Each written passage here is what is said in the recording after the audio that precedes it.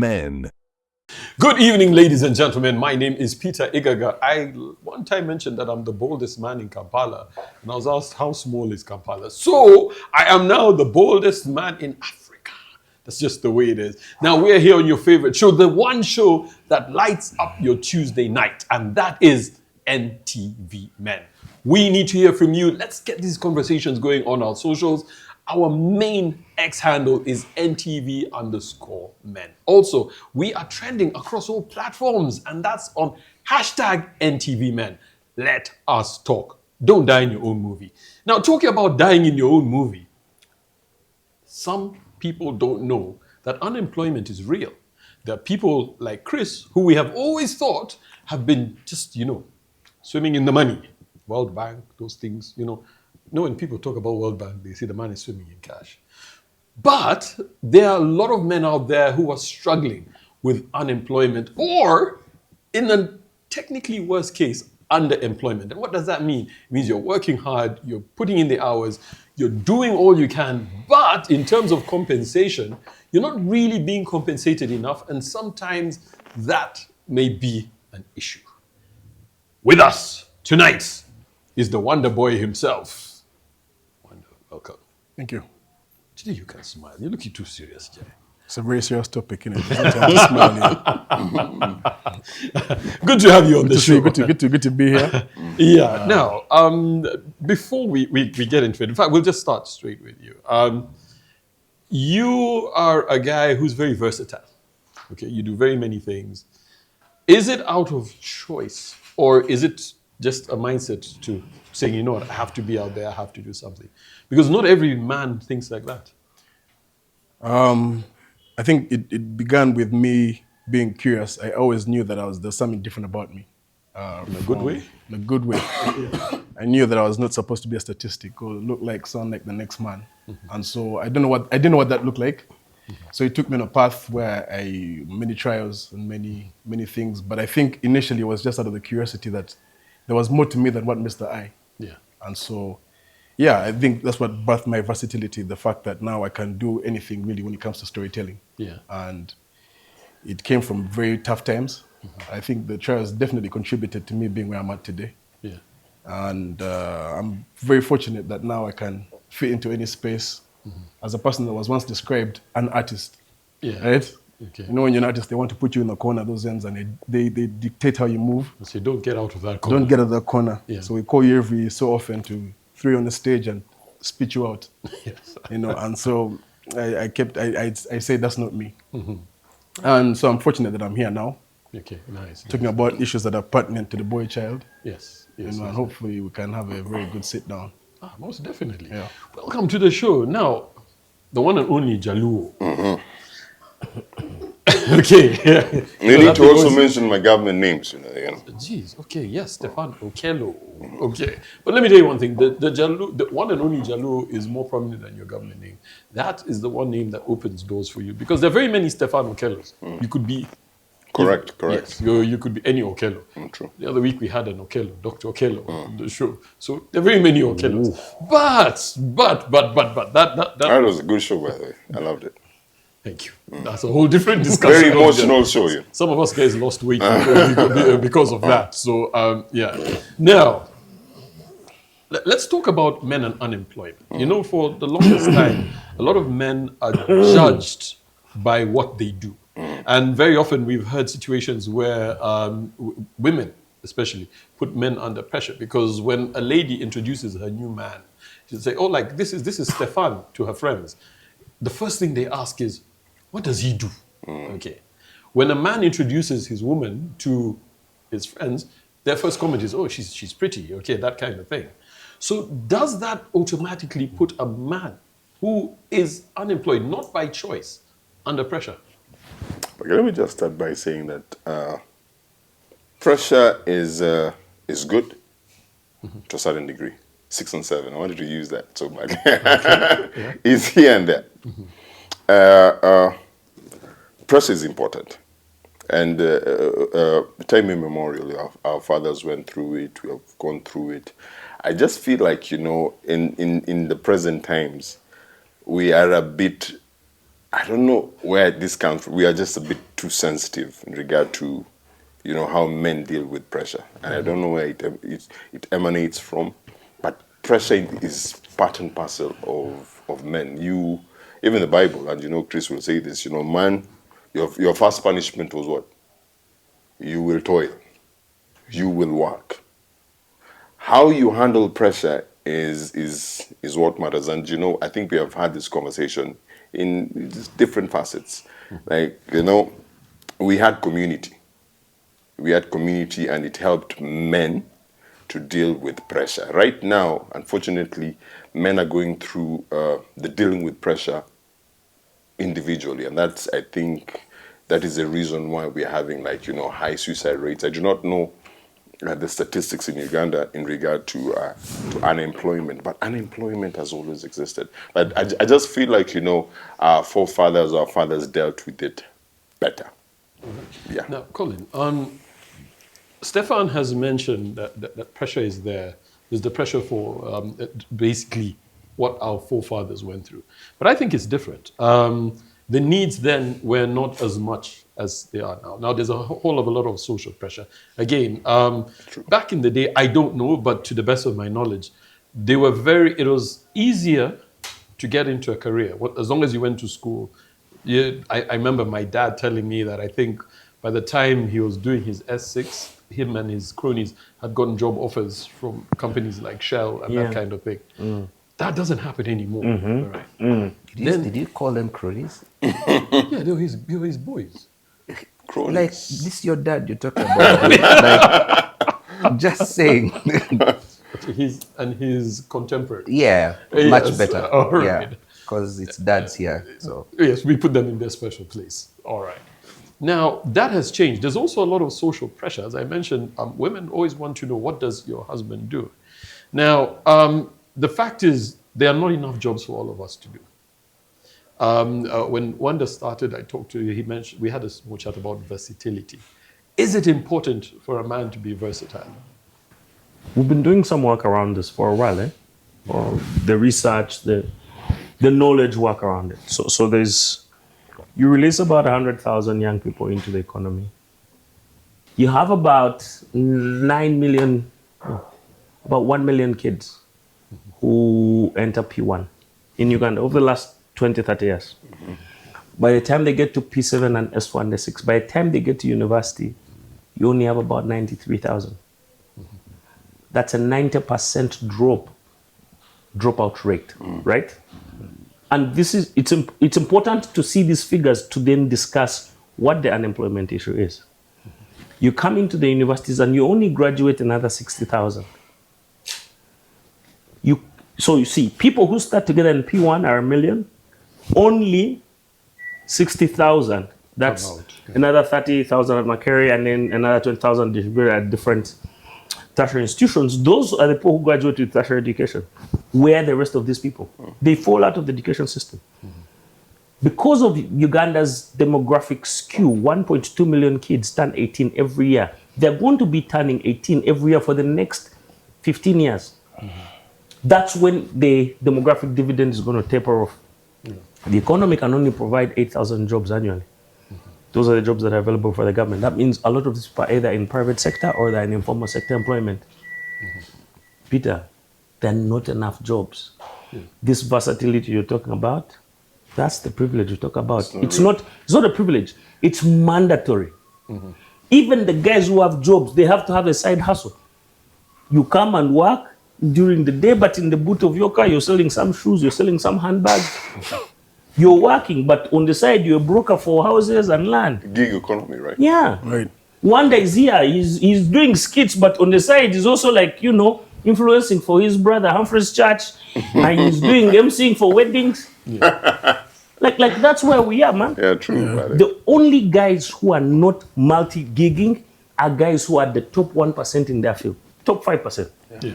If you're a top performer, it means you're being paid, it means you're being seen, you're being recognized. Then you have the privilege of doing only one thing, right? Yeah. So that's sort of the background.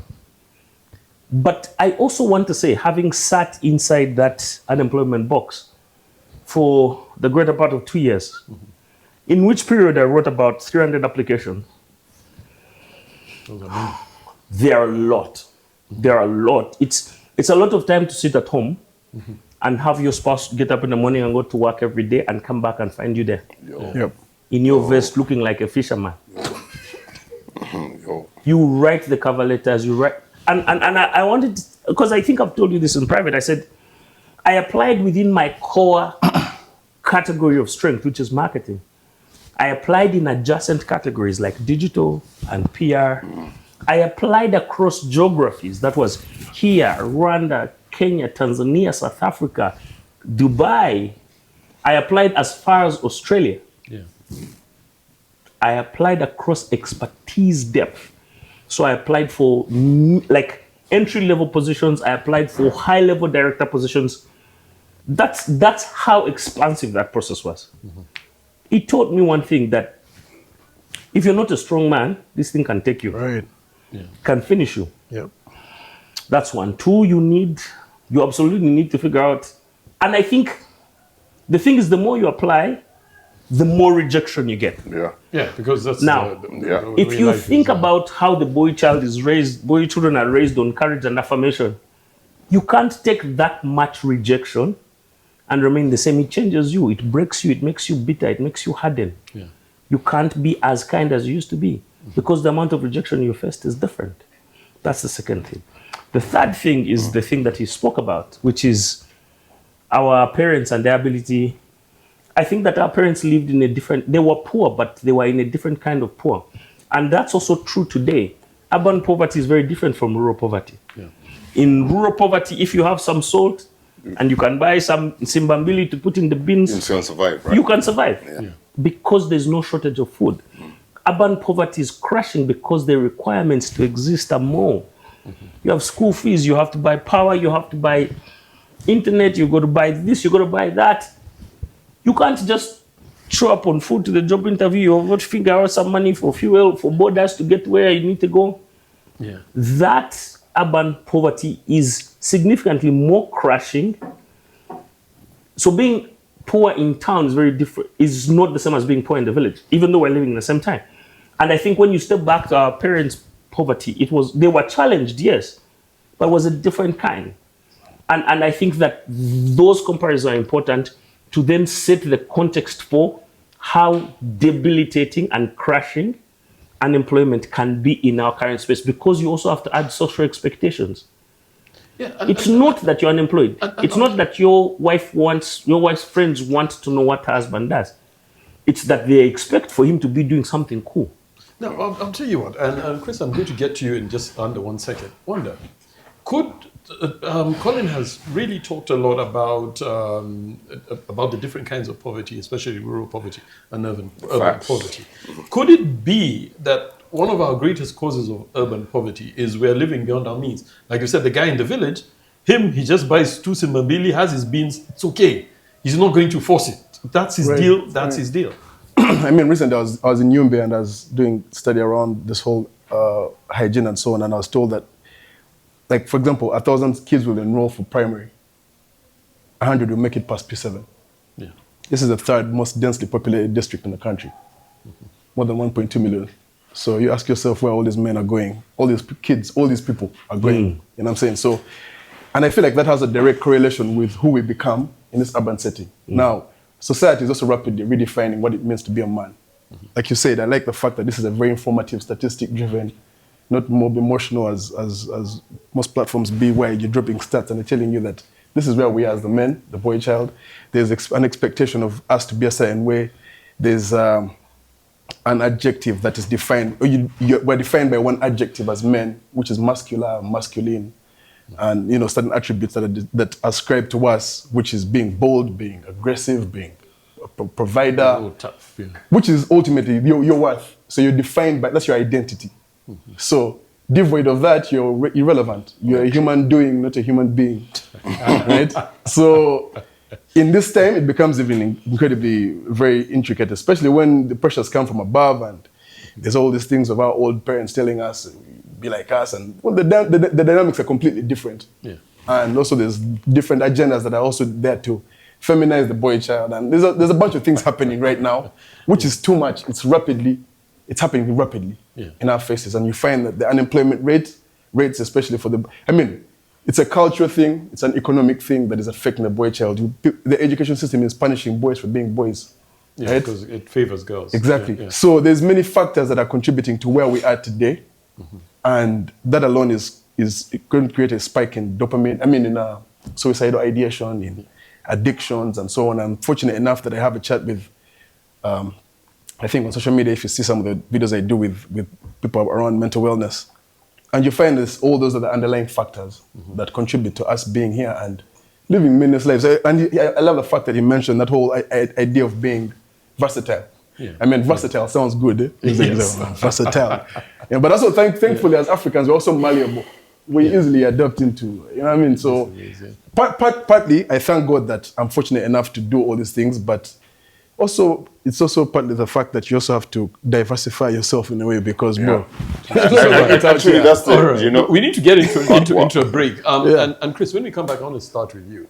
And the line of thought I just want to ask is, are we managing our money well? You're a money man. Because could that also be the part of the problem? Food for thought. We're here at Sanga Courts talking about unemployment and unemployment and how you, as a man, can survive during these tough times, because they're not easy for anyone. We'll be right back after the break.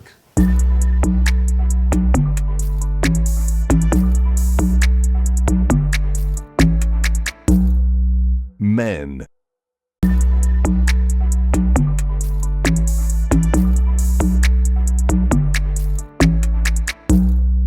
Men.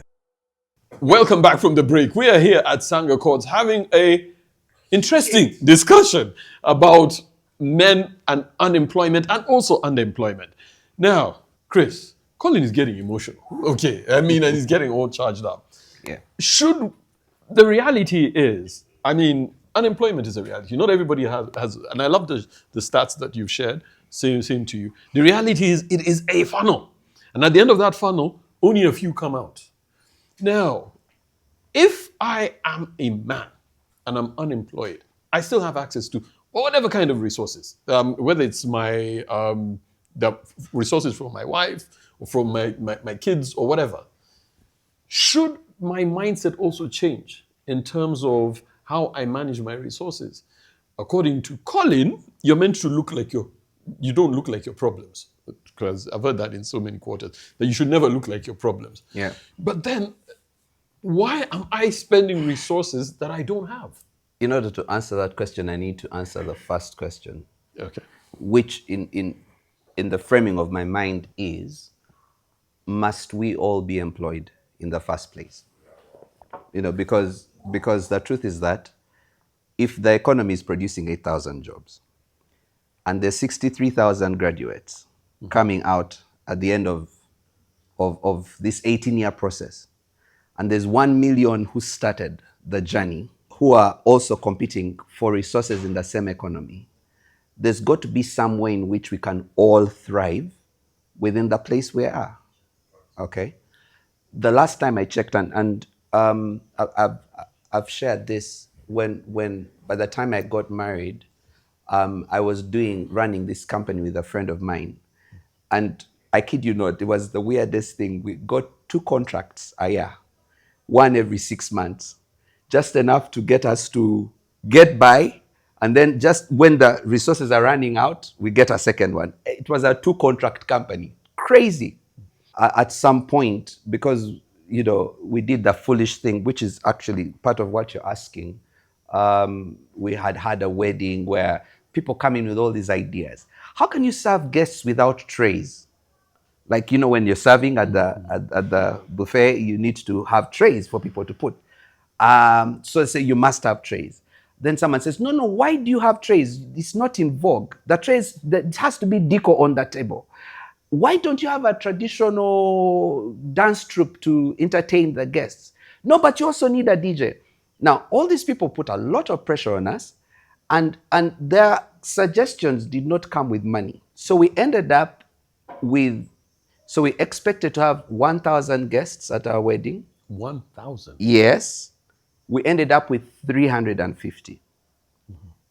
and a debt of 10 million shillings, which 21 years ago is Oh. a hefty It's still a lot lot. I of really thought money. this was like 1900 when they signed the Buganda Agreement. No, 21 years ago. That was a hefty sum, right? 21 years ago is 2005. It's a long time. Like that 2004. child is now grown. Exactly. So that's It's why a whole my adult. alpha 10 son million is in uni now. 10 million is still a lot. Yeah, it was a lot of money. It is a lot It of money. still is. And yeah, it is. But then it was, imagine what it was then. Yeah.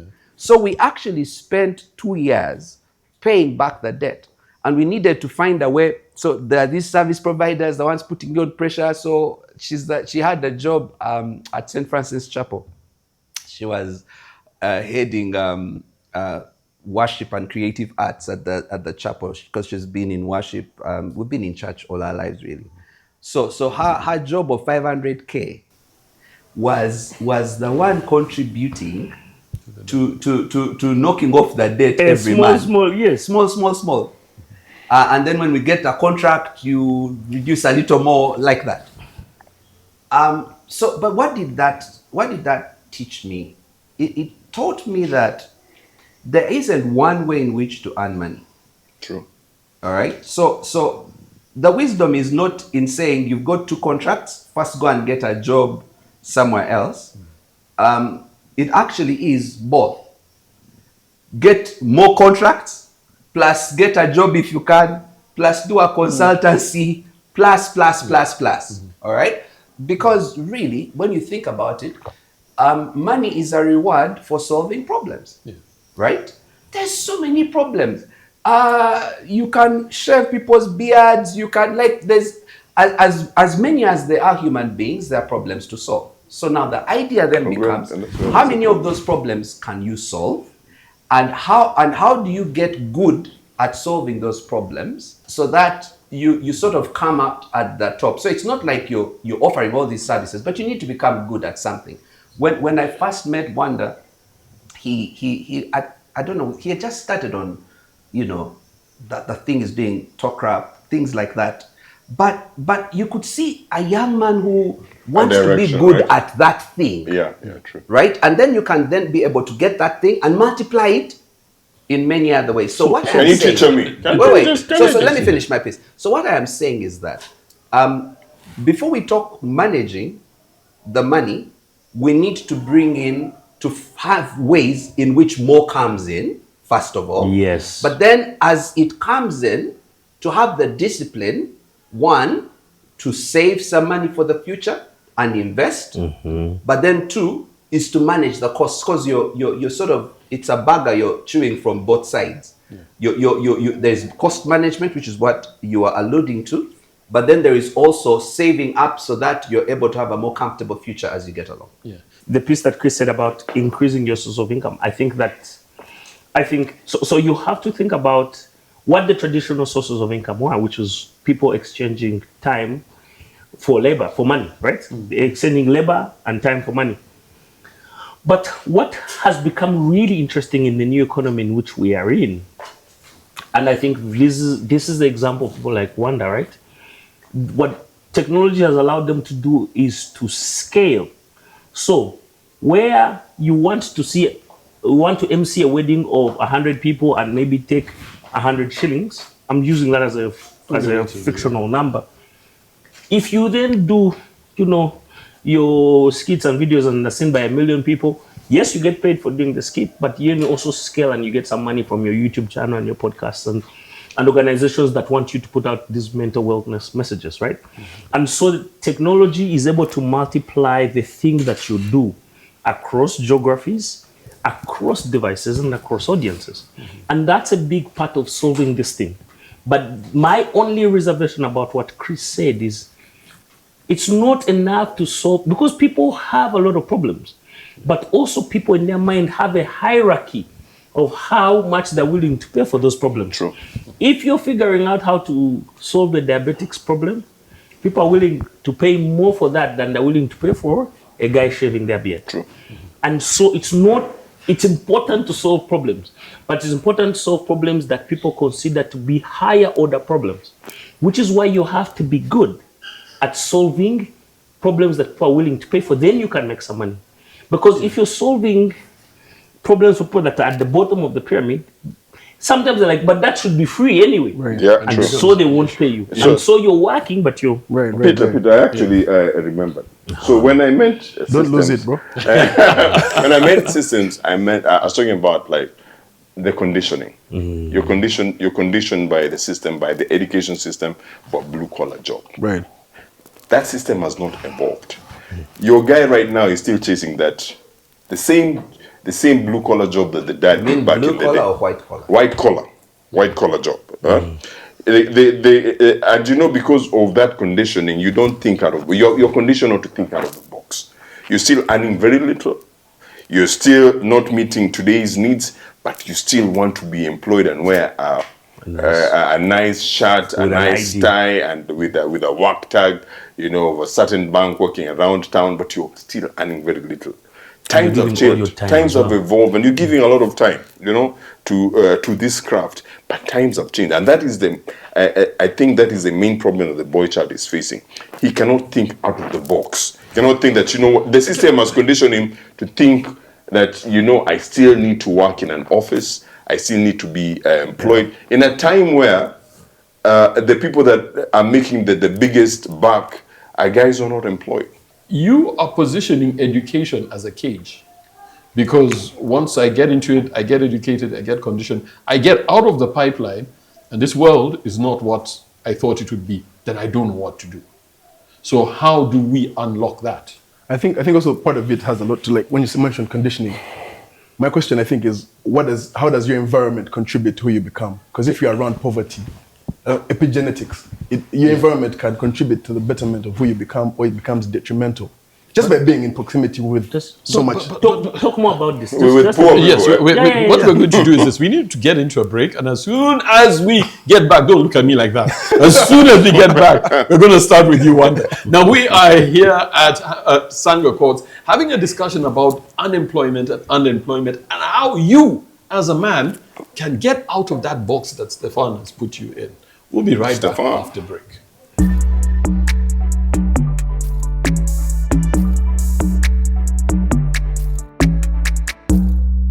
Men.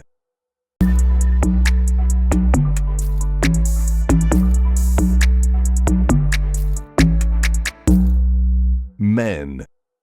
Welcome back from the break. We are here at Sangha Courts as men, having a discussion about underemployment and unemployment as a man. Now, Wanda, before we went into the break, you brought out a very interesting angle in terms of conditioning, and I think it speaks into the fact that wealthy people teach their kids how to be wealthy. Poor people literally teach their kids how to be poor because that's all they know. Yeah. So, and I think it's a thing that is directly affecting this country of ours. When you see this guy saying that the biggest caste in this country are the elite, Yeah. it's because they're completely oblivious to what's happening in the country and they can't represent what they don't know. Yeah. Right? And I think that's now directly, correlates with policy.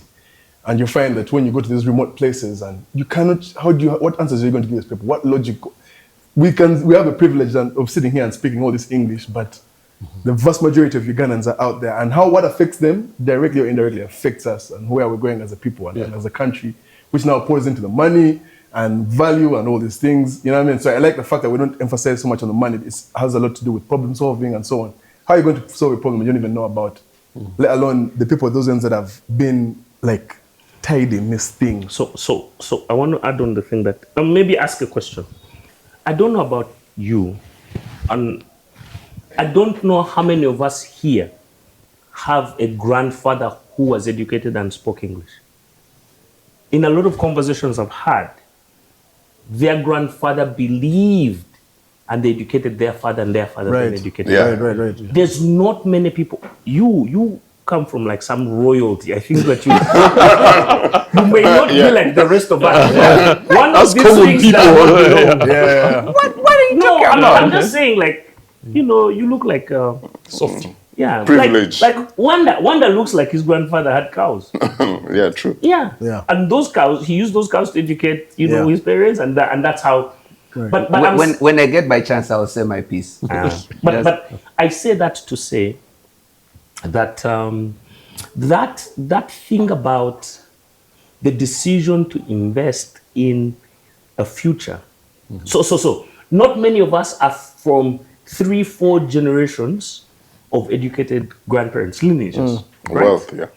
And so, for most of us, like literally, your parents grew up in a squatting toilet, in an outhouse, where you go and you squat, and most of us. And so you're the first person in your life, in your lineage, to grow up in the inside house flushing toilet. Why is that important? It's important because when Wanda says we don't know what's happening around us, we have forgotten so quickly how the rest of our society is living. And so we are not connected to the nervous system of our fellow countrymen. I think that's the thing that I pick from what he's saying. That being insulated from that means that you can't understand when someone says, I went to the health center, I need an urgent surgery. Right. There was no power, or there was no medicine to treat me. And maybe that's a macro big economic system. But what it continuously fuels is, I need money so I can get basic services. I need money so I can buy a bigger car so I can avoid the potholes. And That's very elitist. What is Peter, elitist? Colin, could I just Yeah. So here's the Want thing. to buy a bigger car to Here- avoid the potholes? No. I mean, there's people who think like that. But what I would like to say is, the truth is that most of our grandfathers, and in some of our cases, fathers, were believers in a future they hoped for. All right, and for them, these were war parents. True. Okay, when you hear my mom's story, she will tell you she was born in '53, and then when she was a young girl, she saw the Kabaka Mutesa too, and then there was the war, like the thing of Idi Amin attacking the palace. Obote. No, that's before Obote. It's under Obote, yes, 1966. That's the crisis. Okay. Yes. Idi Amin was the in charge of the exactly. army. He was the army commander. So 1966. Then 71 you have Amin take over. Then 79 you have Obote come back, Binaisa, Lule, whatever, Tanzania coming, Sabasaba, etc. Then 85 the Lutwas. Then 86 Museveni NRA takes over. Then Alice Lakwena. Then Joseph Kony for another so long. 20 years. In between there is Itongwa, and then there is ADF. And so you've had a nation that's been struggling through these years. And on the other hand, you have got our Kenyan neighbors who had Mau Mau a little bit before independence. And then you have all these years of peace and development. So you find that one generation has got to say, okay, guys, let's stop fighting. How do we stop the fighting so that we can have some sanity to even start thinking investment and saving and stuff like that? Because you go to places like the Congo, guys don't build. Okay, there's buildings, but people are not really investing in the country because it's a toss-up country. Yeah. Okay? So the thing is that you got to make it stable. Then there is industrialization, and then you have the fine arts and things like that. Now, what happens is, both my grandfathers, Patano and Matano, one was a carpenter in Katwe, and he used to do school furniture, stuff like that. He used to serve the Buganda kingdom. Then when Buganda failed, he served the Obote government. Very versatile. Doing furniture and building some classroom blocks. So he came from carpentry to construction. My maternal granddad was a janitor in Uganda bookshop. He started from cleaning toilets. Then he taught himself accounts. Then one time the accounts clerk didn't show up. He took over the job, did it for 32 years. In between, he was exporting drums to Australia and these places where they like crafts. Wow. That's how he made his money. Okay? So that's generation one. Then the next generation was guys who were children of rich people in their time. Okay, there is war, but But we have inheritances. We have something to inherit. Yeah, we've got properties here and there and stuff like that. And unfortunately, some of them fought about it. But then you have some of the standout ones who took the export thing to another level, maybe exporting fresh veggies. Now they get into Netherlands and things like that. Some did manufacturing, coffee, So there is a bit of that next level. All right. And then some of us could then be able to start dreaming certain things like who goes to school to study business? It's almost like, look, you need to first do the real thing. My son is studying, his degree is in jazz bass and music production, so I'm on your side. And he also wants to do sound engineering. There is no way he could do that if we hadn't done this and our parents didn't do that and the grandparents didn't do the other. So it's almost like you're always building on the backs of generations before. And when we talk about unemployment, we need to also be thinking about where are the blue collar jobs, some of the things where people can actually make money and make a killing with everyday stuff. So Maslow's hierarchy of needs, we need to come back a little bit to the bottom is what I would say. Industrialization, blue collar, there's lots of work to be done. I really wanted this conversation to go to a point where we were helping the young boy. Yeah, to go I don't to think they get what they a need conversation where, like, how do you deal with underemployment and employment? But also wanted to talk to, policy makers. Let me do my parting shot. Okay, all right. Policy makers. Guys who We're not decide. going to change the government. Yeah, no, they want this show, Meeting. at the end of the day, policy makers, things I said at the beginning of the show, everything, every facet of life has evolved. You still have a father who, the policy or the system has conditioned you to think that, the only way you can make money is when you work for an employed individual and you have to make money through that way. But times have changed. I don't know if I should say this. I find it ridiculous that even in today's time we're still hating on ads. We're still hating on ads. How people are making money has evolved. We should condition children, we should condition the boy child to think that, what, if I cannot make money through this route, I can make money this other way. That is to the policymakers, money is not just made through sciences. Money is also made through, social media. Times have really changed. So I think the system should change to accommodate the recent times. Your parting shot. I think that sitting here, listening to you guys, you're reminded of that Obama book, Audacity of Hope, right? That the janitor then produced Chris's dad, then Chris went to King's College, and now his son goes to Ireland to study music. Germany, yeah. But you think about that, and that's happened in the last 100 years. That a family can have the ability to springboard themselves and future generations into that.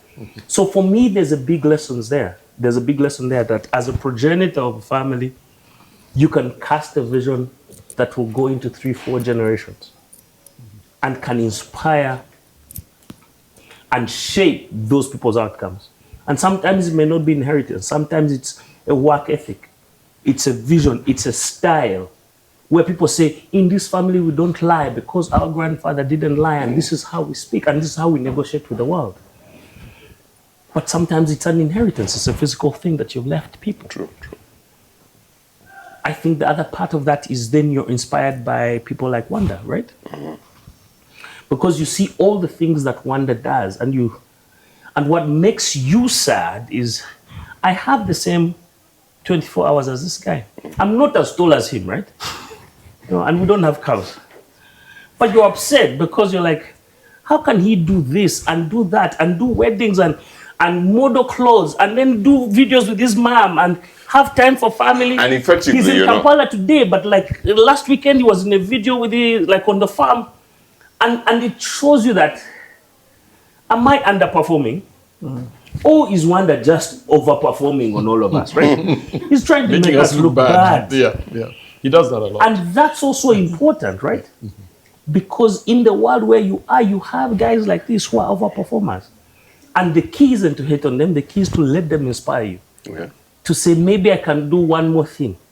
Just because I finished the day job, doesn't mean I can't take 20 minutes and put together this TikTok video and start. And start and do something. Eventually you will learn the laws of pricing and my time and But you have started. You have started. Yeah, true. I remember 11 years ago, Peter emceed my wedding. I don't think it was a good experience for him because he never talks about it, right? No, I tell I everybody also else think it's bad. He didn't talk about it because he did it for free. But across the years, I've paid Peter tons of money. I've got him into gigs and work and what. But Peter is also versatile in that way. So he does his thing, he does his work, and then he does his side gigs. And for me, that lesson is about that versatility. Yeah. Many skills, one pocket. I mean, so a few weeks ago, Peter, I was awarded, the Market of the Year Congratulations. by the Uganda Marketing Society. Nice. And for me, the big lesson there has been the comeback, right? Because I've told you about how I went through this wilderness of unemployment and things were rough and things were not going well. But I believe, so from everything we've said, is if you focus and you hone in, and in your heart of hearts you say, I'm going to be the absolute best at this thing and I'm going to do my best, the forces of the universe then conspire. Friends, relations, colleagues want to give you an opportunity to shine. True. Your work ethic then makes you a dependable, reliable person for people to give gigs, to give consultancies, to give work because you are faithful and you have that, what we call fidelity of mission, right? Yeah. Guys know if you give the guy, he will come. He's not the guy, he's not the MC you give the job and then on the day he switches off his phone. Yes? Yep. And then finally, and it's around where your heart is around these things, right? Your heart has to be in the right place. And I say this because it's important. If you're unemployed, it's easy for you to get bitter, resentful, jealous, and envious of other people. Because you start saying, why does Stefan get to do a radio job? Even me, I can talk English. Why is Wanda the one doing TikTok videos and being paid a boatload of money? Even me, I can do, right? I think it's important. It's important to remain in your heart, I think, grateful and humble. Because you want to avoid this, the jealousy, the envy, and that obutayagaliza. The Uganda word is obutayagaliza, but it is not wanting good for others. And I think that then can help us together as a community, not as a person, but as a community, to start to make inroads on this situation. Drops the mic. Nice. Nice, brother. Great. I mean, my parting shows, I feel like we have barely scratched the surface on this topic because I'm sure someone out there is going to be watching, unemployed, sweating plasma, yeah, I mean, and is looking for answers, right? I'll just say that I think we have touched on different topics. I like what you mentioned about our history. And I think the most important thing we need to do is really understand where we come from. I think that's something we lack. And that's why I think when we're talking about patriotism, Pan-Africanism, most of us just say it theoretically, but practically we lack that. I think when you get that, you get more context. However, I feel like when you mentioned about industrialization and not trying to look like or sound like those people abroad, I think that train has already gone, right? Whereas we're struggling with Eurocentrism and traditionalism. The education system is catered to making sure that we look like, sound like, we just become subservient and indoctrinated. That train has already gone and we have been conditioned that way. What happens in the West automatically influences who we become, whether we like to agree to it or not. So here's where we are today. What are we doing? When we talk about communication, you talk about TikTok. TikTok now, you find people, there's no need for traditional media anymore as much as it was back then. TikTok, there's millions of people who are consuming TikTok on every minute. I didn't know the word TikTokers until recently when I saw a bunch of guys that post every 2 hours and have millions of viewers feeding people every day, right? So this is even tourists right now. Tourists, when they're trying to find out about Uganda, they go on TikTok. You know what I mean? So that's really what the money is now. And that's another thing I'm struggling with. We have failed to to understand the age in which we are, the fourth industrial revolution. Man, thank you. We have failed to understand that. That train has gone. We must utilize it to bring economic empowerment to our people. Because that's where the money is. And we tell the African story. Because the African story is what's unique to us. That's where the money will come in. Ecotourism, people will go back to the farms. But from us understanding our history, where we come from, but we use these mechanisms that are already predisposed to us. I mean, back in the day, I'd have to go and be so-and-so's friend who works on TV. Now I just put the camera in front of me and I'm reaching out to thousands on a daily basis. Right? More than they're reaching. Yeah, more than TV is doing. You get what I'm saying? Me irrelevant, you know. So I feel like here's where we are. There's many things we have to understand. For the boy child, why are we like this? How is the environment contributing to us being like this? How do we as the elite use our privileges to go down there and help the people? Because we are privileged.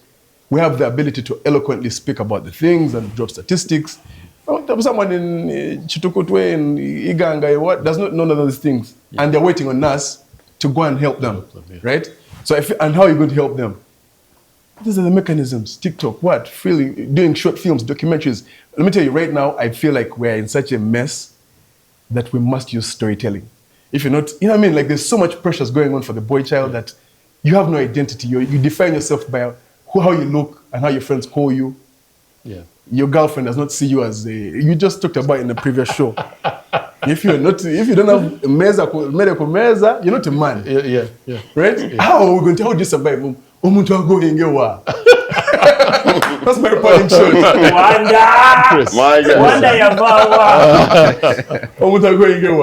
Yeah. Awesome. I really enjoyed this conversation, and I take the view that we need to be building on, not removing from. Because for our society to function well and for the economy to work well, all the pieces need to be in place so that every new development sits on top of the other. I am in for social media, TikTok, and all that. We need it, and the fourth industrial revolution, and the data economy, and that kind of thing. Because if we don't, we sort of have an opportunity to get in with the world at that stage, so they don't leave us behind. Right. But we also need to be cognizant of the fact that we have a gap, that we are growing our cocoa and exporting it without adding value to it. We are not selling chocolate. We are selling cocoa. And Switzerland gets our chocolate, our cocoa, and makes chocolate and sends us back the chocolate at a higher price. There's something wrong with that. Sugar. And they've just added sugar and boiled the stuff with milk, which we could do here.